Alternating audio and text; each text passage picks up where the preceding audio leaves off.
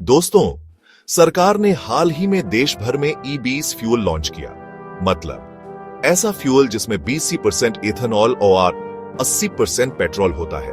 सरकार का दावा है कि यह फ्यूल देश के लिए एनवायरनमेंट फ्रेंडली है, पोल्यूशन कम करेगा और इंपोर्ट डिपेंडेंसी घटाएगा।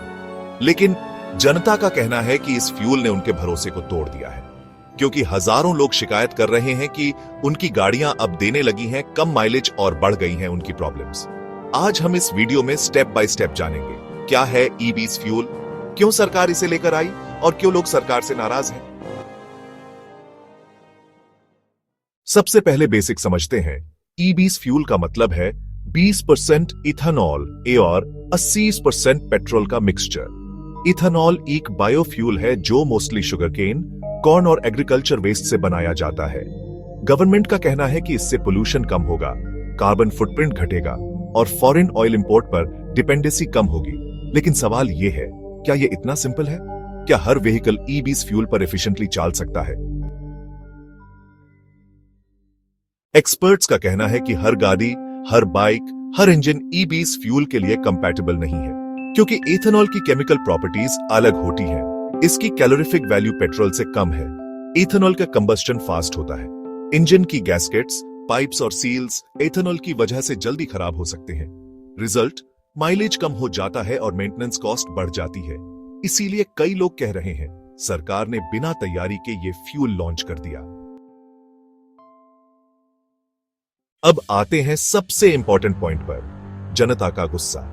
इंडिया के अलग अलग सिटीज से रिपोर्ट्स आ रही हैं कि बाइक्स और कार्स दोनों की माइलेज 15-20% तक जीआर गई। इंजन नॉकिंग और अनयूजुअल वाइब्रेशंस बढ़ गए। कुछ केसेस में स्टार्टिंग प्रॉब्लम बीच ही आने लगी। पब्लिक ओपनली बोल रही है गवर्नमेंट ने ह्यूमन बेवकूफ बनाया। लोग कह रहे हैं ह्यूमन पोल्यूशन से प्रॉब्लम नहीं, लेकिन ह्यूमन पॉकेट से प्रॉब्लम है, क्योंकि माइलेज कम होने का मतलब है ज्यादा फ्यूल लेना और ज्यादा खर्चा।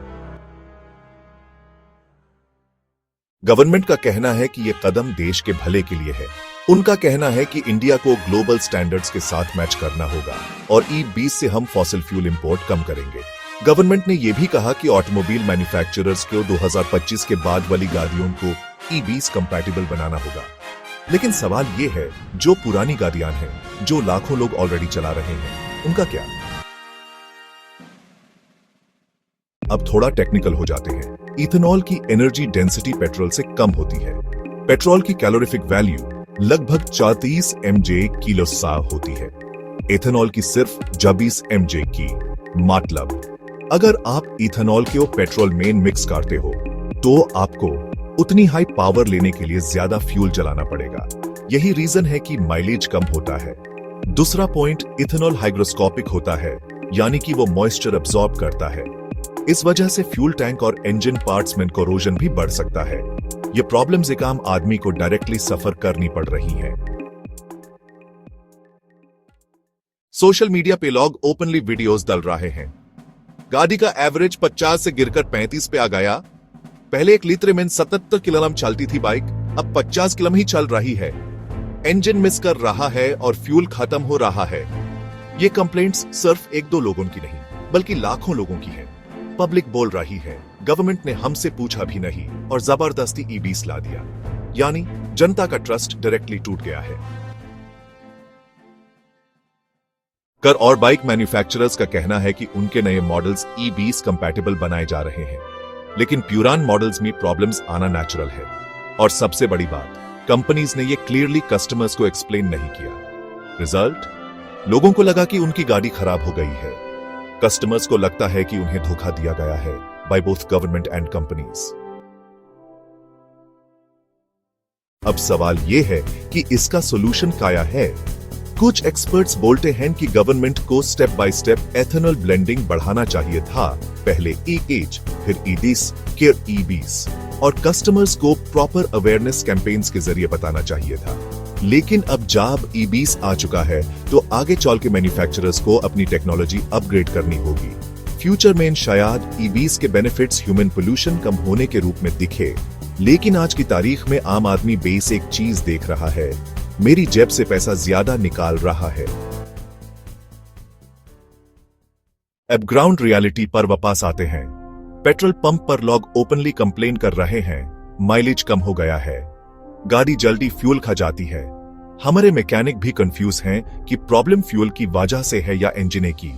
सोशल मीडिया हैशटैग्स चल रहे हैं, EVs problems, mileage issue, government failed, people are angry because उनका भरोसा टूटा गया है। जनता का कहना है पोल्यूशन कम करना जरूरी है, पर पहले टेक्नोलॉजी डेवलप करो, फिर फ्यूल लॉन्च करो। दोस्तों, यह है कहानी EVs फ्यूल की। एक तरफ गवर्नमेंट का विजन और दूसरी तरफ जनता का गुस्सा। क्या सच में यह स्टेप देश के लिए बेहतर साबित होगा, या फिर ये एक और एक्सपेरिमेंट बन जाएगा जिसमें सफर करेगी सिर्फ जनता? माइलेज कम, खर्चा ज्यादा और ट्रस्ट जीरो। गवर्नमेंट कहती है कि यह फ्यूचर की तरफ एक स्टेप है, लेकिन जनता कहती है कि यह हमारे भरोसे के खिलाफ एक स्टेप है। सच क्या है, यह आने वाला वक्त ही बताएगा। दोस्तों, आपको क्या लगता है, EVs फ्यूल एक सही कदम है या गलत? क्या आपको भी माइलेज के प्रॉब्लम्स फेस करने पड़े हैं? कमेंट्स में अपनी राय जरूर बताइए, और ऐसे ही सच बोलने वाले वीडियोस देखने के लिए चैनल को सब्सक्राइब करिए। मिलेगा हम फिर एक नए टॉपिक के साथ। तब तक सेफ रहिए, इन्फॉर्म्ड रहिए और सोचते रहिए, क्या सरकार सच में जनता के लिए काम कर रही है?